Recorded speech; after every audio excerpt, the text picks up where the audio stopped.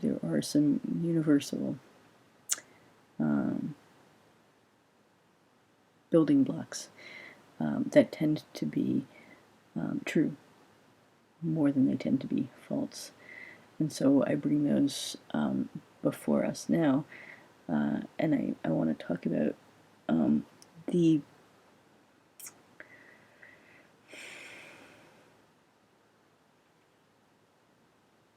that idea of intention. I tend to believe that one of the reasons why there is such an experience of human life as being transgendered is because we, as a human race, our species is in this incredible evolutionary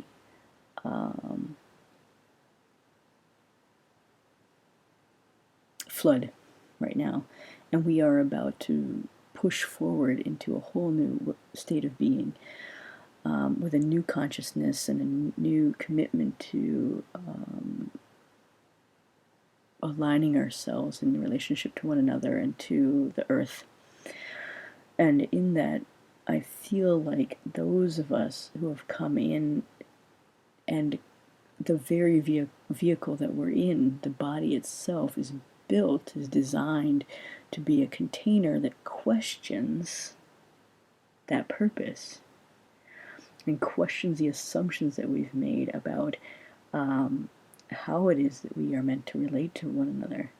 Our very existence questions what it is to be a woman or a man, and what it is to recognize the whole spectrum of harmonics that exist between this pole and this pole, and in those, as I referenced before, the electromagnetics of gender create harmonies and create disharmonies, and our existence, the fact that we are presence at all in our bodies, and need to be able to restructure our entire being to express our true core identity, which in my mind translates as the original intention with which we were born, the original intention that drives the purpose of our being. And so we exist as a living hypothesis.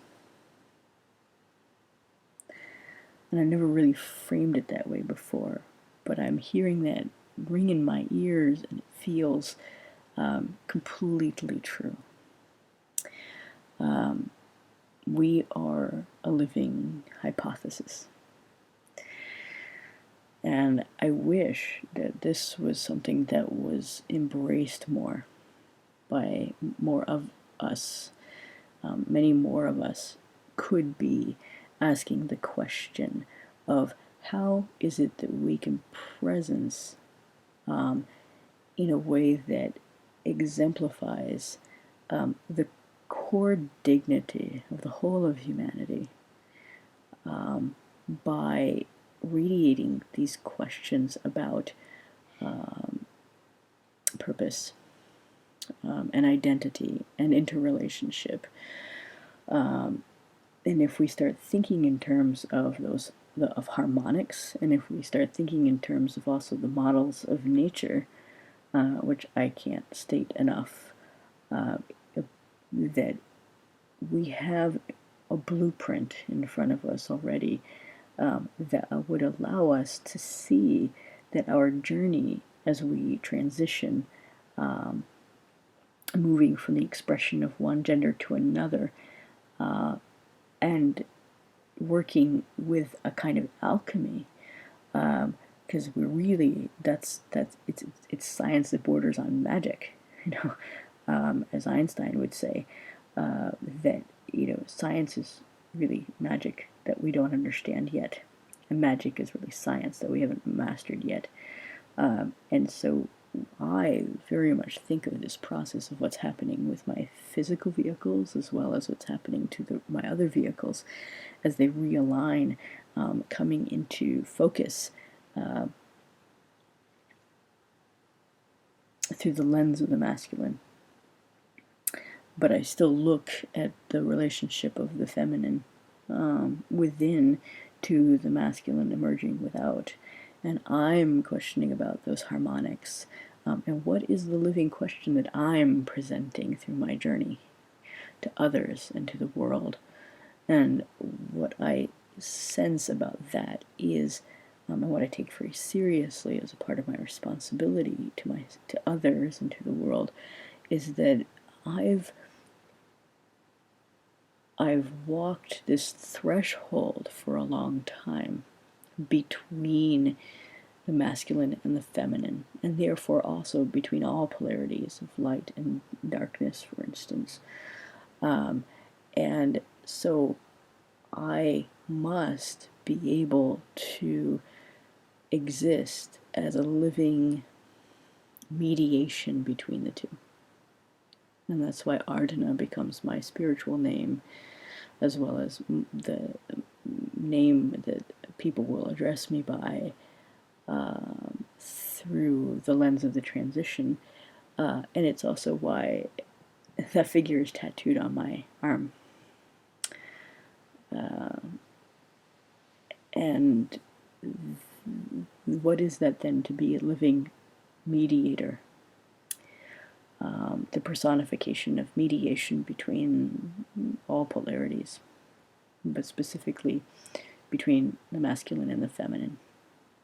For me, that means that I must at all times keep as my primary meditation the right alignment of relationship between those two energies and those two consciousnesses.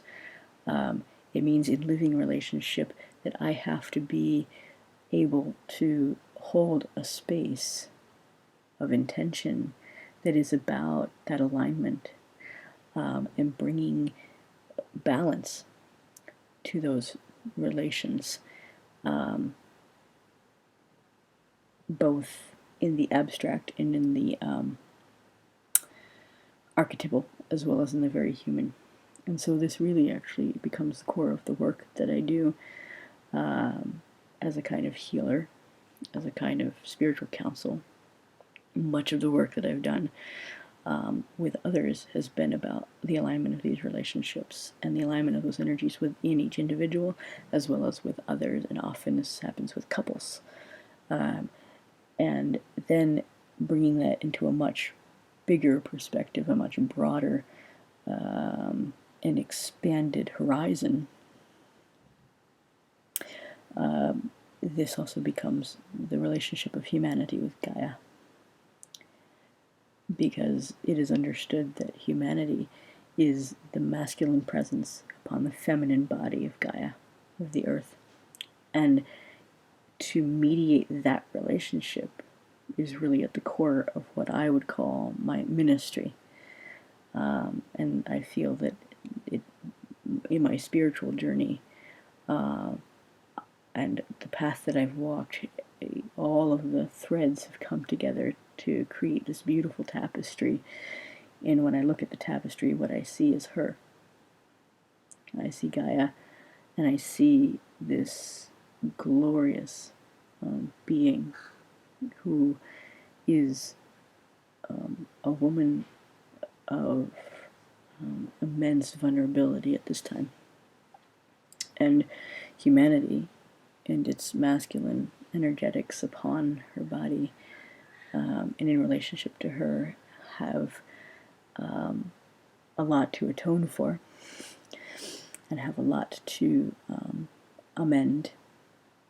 But in that, the challenge that lies before us is one in which we not only take responsibility for our past actions and for the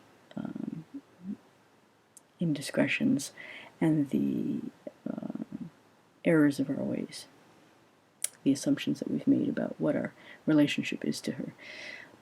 but it is also about taking the definitive step forward into health and into balance. And so, well, what does this matter to the transgender community? What does this matter to people who are struggling to simply live the life that they're meant to live, bringing their bodies into harmony with their inner selves? Well, it has everything to do with it. Because given what I've just said about humanity and Gaia, we are that relationship within our own bodies.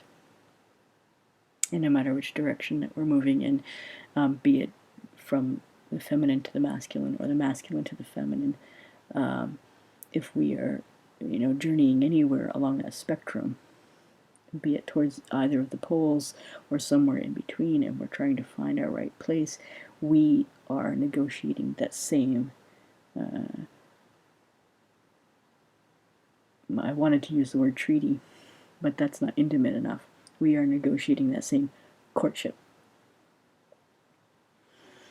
Because in the transition from one expression of gender to the other, we are courting ourselves. We are being courted. If we are moving towards the masculine, it is our responsibility of our inner man to court the feminine that is then receding, and moving into a place of having to empower the manifestation and realization of the masculine that is emerging. And if we're moving in the other direction, from the masculine to the feminine, we are becoming the one courted. And we have to make a space in order to receive the masculine, which is receding, but which is having to create a sanctuary where the feminine then becomes empowered into her full sovereign identity. And so we are the embodiment of this negotiation of humanity and the earth itself. Her beingness has to be raised up to its sovereign state. And the masculine needs to rise up to its sovereign state by embodying the dignity and the nobility and the honor of a true manifestation of the original intended expression of masculinity. And so I bring this forward because this is not anything that I've ever heard anyone speak about in the context of being transgendered. And I want to be a voice that brings this forward so that our consciousness about our responsibility and our responsiveness can expand. Not simply our own journeys becoming more and more fulfilling by bringing consciousness to it, but also our responsibility to the world. We were once considered holy people and healers and shaman, and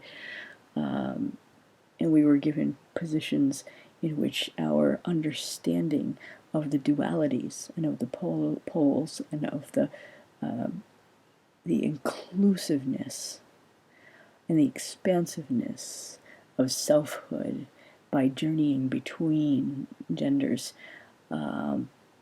was honored and recognized as a powerful force for realization, for healing. And so I want us, more than anything, I want us to reclaim that. And I want us to be able to own that we are poised in a unique perspective. And that even if we're not called to a spiritual life, an overtly spiritual life, even if we're not called to take up a big mission or cut a huge profile in the world, even if we want more than anything to just live a simple, humble human life, that we embrace the consciousness of this truth and make it a living, walking prayer, a meditation, an intention that we hold, that we, by breathing, by living authentically, by holding ourselves as consciously as possible in the world, are a healing agency, and that we are capable of bringing balance to all opposites, of healing all polarized realities, of smoothing conflicts, because we are presencing right between all of them. And so that's an awful lot to absorb and to take in. I'm going to wrap up this video because it's getting very lengthy, and I think there's more than enough here for people to be able to take in and absorb at this time. But this is something I feel very passionately about, and I could talk for a long time about it. And I want to thank you for watching. I do, again, want to encourage people to leave comments if they're respectful. I caution people that if they want to leave hateful messages, that they will be deleted. I will report people for that kind of behavior. Pretty soon I won't have to leave these disclaimers anymore, but I want to encourage dialogue, and I want people to respond. Please also share these videos if you feel so called, wherever, social networks or on your page. If you feel they're valuable, please do so. And I want to leave with a prayer, a meditation, that all beings are able to embrace their core purpose and realize peace through doing so.